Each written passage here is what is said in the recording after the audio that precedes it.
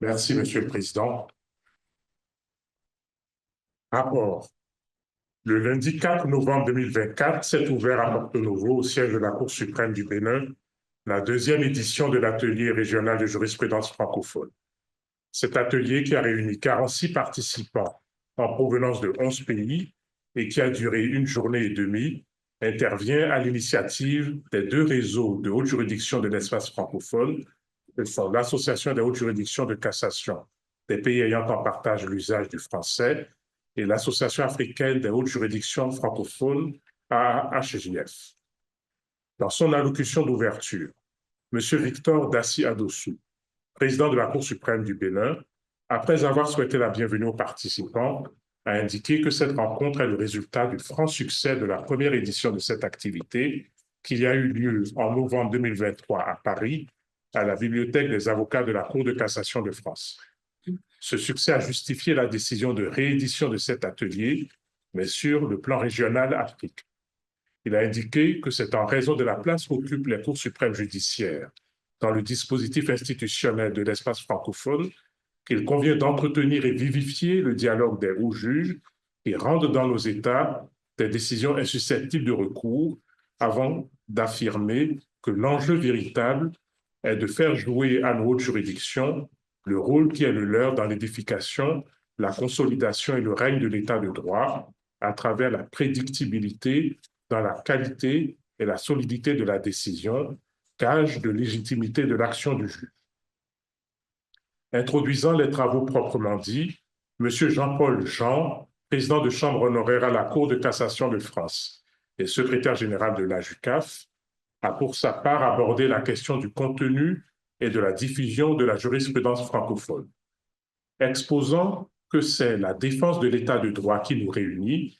il a donné à titre d'illustration le cas d'un investisseur qui ne s'interroge pas seulement sur les réalités économiques d'un pays, mais aussi sur ses qualités juridiques, l'impartialité de ses juges et la transparence de leurs décisions. S'agissant justement de la transparence des décisions, il a évoqué la plus grande base de données gratuites des décisions judiciaires, Juricaf, qui implique 45 pays et institutions, notamment la Cour européenne des droits de l'homme, recèle 1,6 million de décisions, est visitée par 4 800 utilisateurs par jour et fonctionne avec un moteur de recherche par mots-clés. En vertu du règlement général sur la protection des données RGPD, ces décisions sont non pas anonymisées, mais pseudonymisées avec le concours de l'intelligence artificielle, induisant ainsi, a-t-il signalé au passage, une obligation de moyens et non de résultats. La diffusion de la jurisprudence francophone passe également par les sites Internet et à cet égard, le président Jean-Paul Jean a noté les progrès réalisés par les cours suprêmes du Bénin et du Sénégal depuis 5 années. Néanmoins, le recours au numérique, tout comme l'usage des adresses courriels professionnelles ou d'un intranet fonctionnel, sont tributaires de la disponibilité de l'Internet et tout simplement de l'électricité. Le président Jean a enfin évoqué le lauréat du prix de la JUCAF 2024, M. Komlanvi Issifou Agbam, auteur d'une thèse de droit civil sur la théorie de l'imprévision dans le droit des contrats, en ses aspects économiques et culturels, et les mentions spéciales 2018 et 2024, M. Gildas Nonou et Guy Tétang Azébové, la lettre internationale de la Cour de cassation de France et le rayon de soleil qui perce un ciel tourmenté que constituent les 3 décisions du Conseil constitutionnel du Sénégal qui ont permis la tenue de l'élection présidentielle et la réalisation d'une alternance. Les débats sur ce propos introductif ont porté sur les prédélibérés de la Cour suprême du Sénégal qui se feront progressivement sur la seule base des dossiers numérisés, sur la mise sur pied par la JUCAF d'un projet de formation régionale à l'horizon février et mars 2025 sur la technique d'enrichissement des arrêts et la pseudonymisation à l'attention des magistrats et informaticiens, sur le transfert de la technologie de pseudonymisation, sur l'extrême utilité de la base de données Juricaf, sur la situation du Niger dont les institutions ne comportent plus de cour constitutionnelle ou de cour des comptes. Invités à présenter leur communication en panel sur la thématique des libertés individuelles et droits fondamentaux, Maître Laurent Poulet avocat au Conseil d'État et à la Cour de cassation de France, et Maître Yahya Moukaïla, ancien bâtonnier au barreau du Niger, ont évoqué de nombreuses décisions rendues tant par les juridictions nationales que par la Cour africaine des droits de l'homme et des peuples ou la Cour de justice de la Communauté économique des États de l'Afrique de l'Ouest, CEDEAO. Il a été ainsi question d'un arrêt de 2020 de la Cour suprême du Bénin sur une atteinte à la dignité humaine d'un agent suspendu de ses fonctions, mais dont la procédure a abouti à une décision de désistement, faute de production d'un mémoire ampliatif, d'un arrêt de mars 2024 de la Cour suprême du Sénégal, faisant suite à un recours en référé liberté de la société Sonatel aux fins de suspension d'une réquisition de la fourniture de l'Internet attentatoire aux libertés fondamentales, qui a déclaré le dit recours devenu sans objet en raison de l'exécution de la mesure, d'une décision d'annulation de la Cour suprême du Sénégal d'un arrêté portant interdiction d'une marche pacifique intervenu un an après les faits, à rapprocher de l'arrêt Benjamin du Conseil d'État de France, rendu 3 ans après l'acte administratif incriminé, d'une décision de la Cour de justice de la CEDEAO qui, dans un contexte de marche pacifique contre une loi de finances prévoyant des hausses d'impôts, et de la déclaration radiophonique de l'un des manifestants qui a été poursuivi pour incitation à l'atteinte à la sûreté de l'État, a rappelé sur le fondement de l'article 11 de la Charte africaine des droits de l'homme et des peuples que les restrictions à la liberté de manifester devaient être l'exception et non la norme, et que l'invocation d'atteinte à la sûreté de l'État était trop générale et trop synthétique, ou d'une décision de la Cour de justice de la CEDEAO saisie pour esclavage et pratiques esclavagistes sur une femme, qui a affirmé que cette coutume est contraire aux lois de la République et aux conventions internationales, a constaté l'exercice des attributs du droit de propriété sur l'intéressé 9 ans durant, en a rendu le Niger responsable et l'a condamné à verser une indemnisation à la victime. Le bâtonnier Moukaïla a en particulier mis l'accent sur les éléments qui fragilisent la production juridictionnelle en matière de droits fondamentaux, à savoir l'implication du politique, la difficulté d'accès aux juridictions supranationales et l'inexécution des décisions rendues, le juge ne disposant que d'un pouvoir de constatation des violations et non d'un pouvoir d'injonction. Les débats ont porté sur l'écart entre la ratification des traités et la mise en œuvre effective de la protection juridictionnelle, les délais de réédition des décisions en référé administratif selon les procédures ordinaires ou celles des référés liberté, l'épuisement des voies de recours internes préalablement à la saisie des juridictions supranationales, la non-exécution des décisions des juridictions communautaires, la non-production des mémoires ampliatifs dans les délais, le ministère de l'avocat devant les hautes juridictions et l'équilibre nécessaire entre une trop grande célérité et une trop grande lenteur des procédures. Pour sa part, M. Gildas Nonou, agrégé de droit privé à l'Université d'Abomey-Calavi, mention spéciale du prix AJUCAP 2018, a présenté une communication sur l'actualité du procès équitable. Selon lui, depuis la décision de la Cour européenne des droits de l'homme du 17 février 1980, la justice consiste à rendre une décision juste et équitable, ce qui constitue la matrice du droit à un procès équitable en termes de justesse de la procédure, d'accès au tribunal et d'égalité des armes. Il a évoqué notamment un arrêt du 23 décembre 2022 de la Cour suprême du Bénin sur la recevabilité d'un pourvoi en cas de non-constitution prisonnier d'un condamné objet d'un mandat d'arrêt, qui laisse à penser que le juge doit interpréter humainement les inflexibles prescriptions de la loi, un arrêt du 17 février 2022 de la Cour suprême du Sénégal sur la renonciation d'un inculpé à se faire assister d'un conseil et subséquemment la circonstance qu'il n'est plus loisible à cet inculpé d'invoquer la nullité des actes de procédure posés par le juge,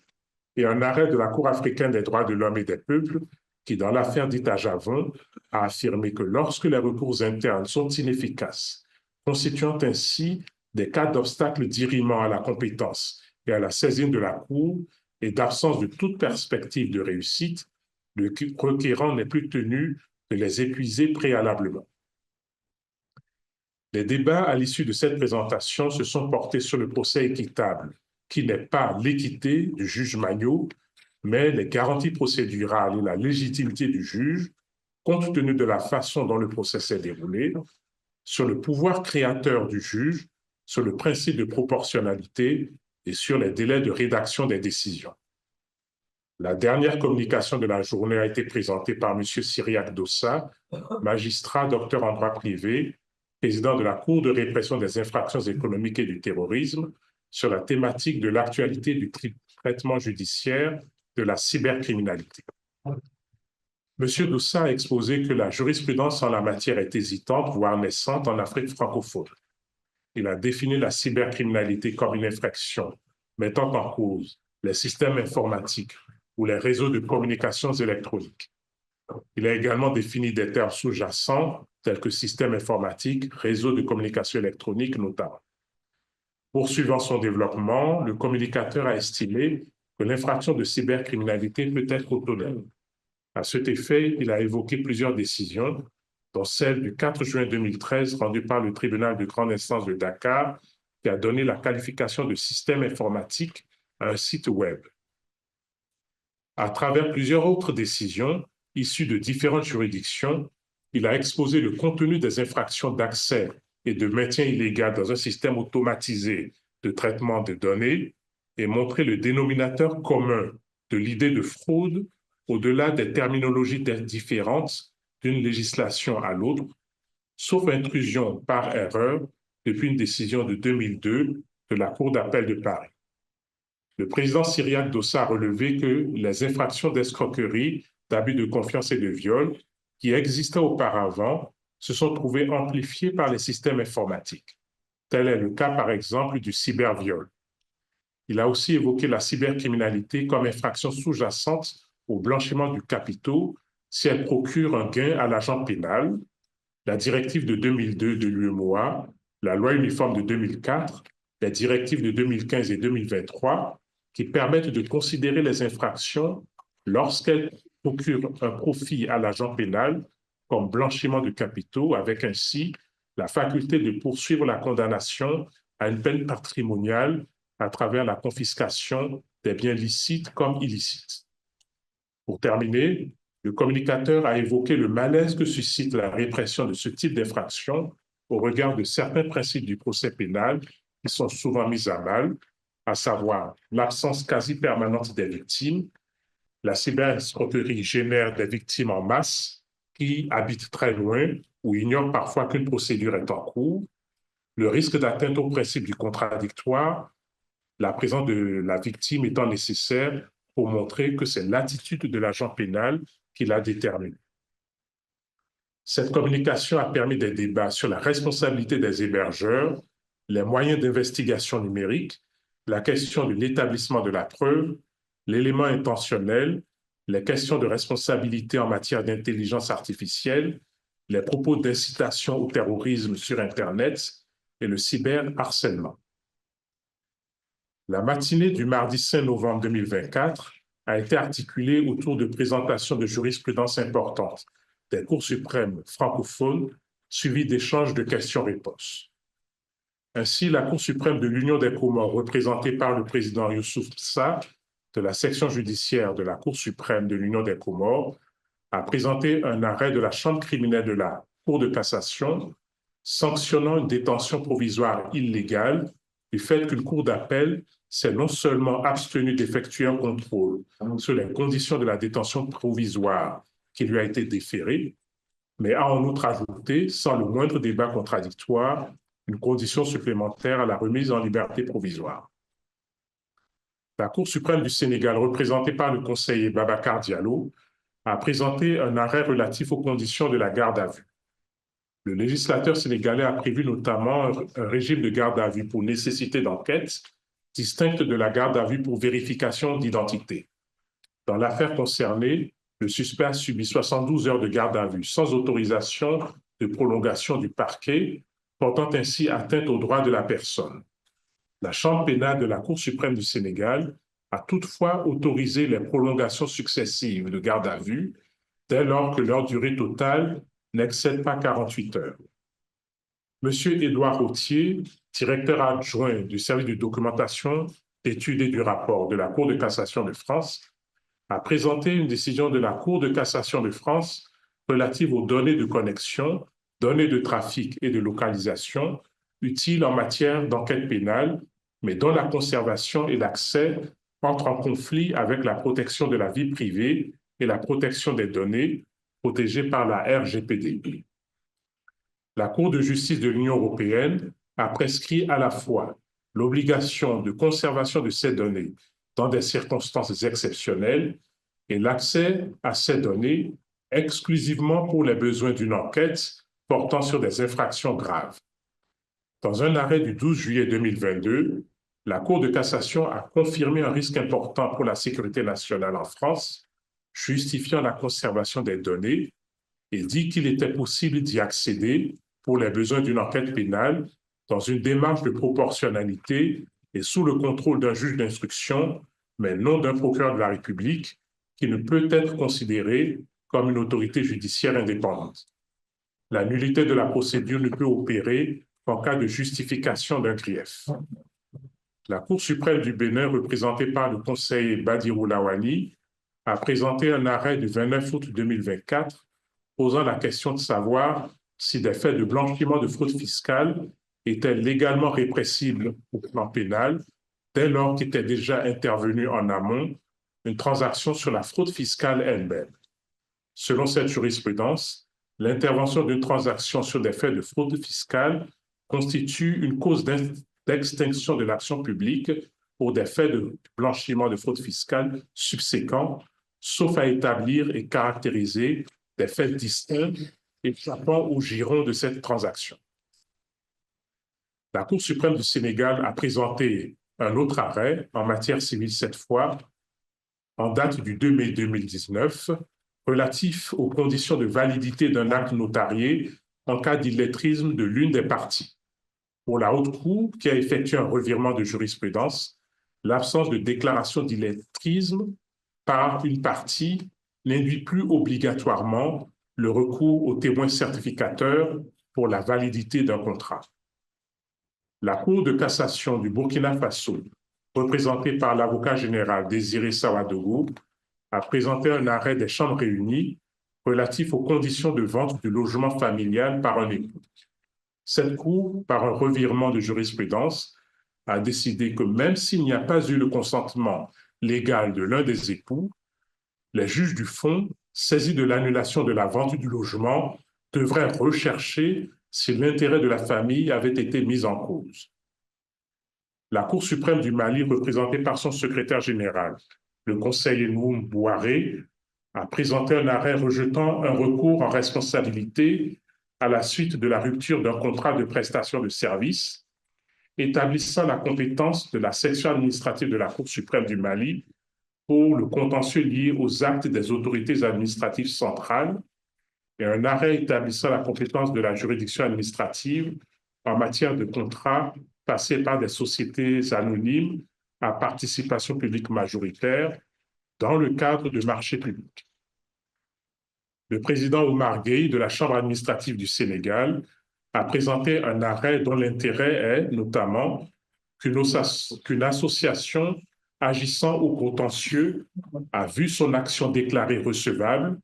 même si elle n'a pas encore obtenu l'agrément requis, et cela au regard de ce que le règlement d'application sur les associations environnementales n'a pas été pris. L'atelier s'est achevé par un propos conclusif du secrétaire général de la JUCAF et le mot de clôture du président de la Cour suprême du Bénin.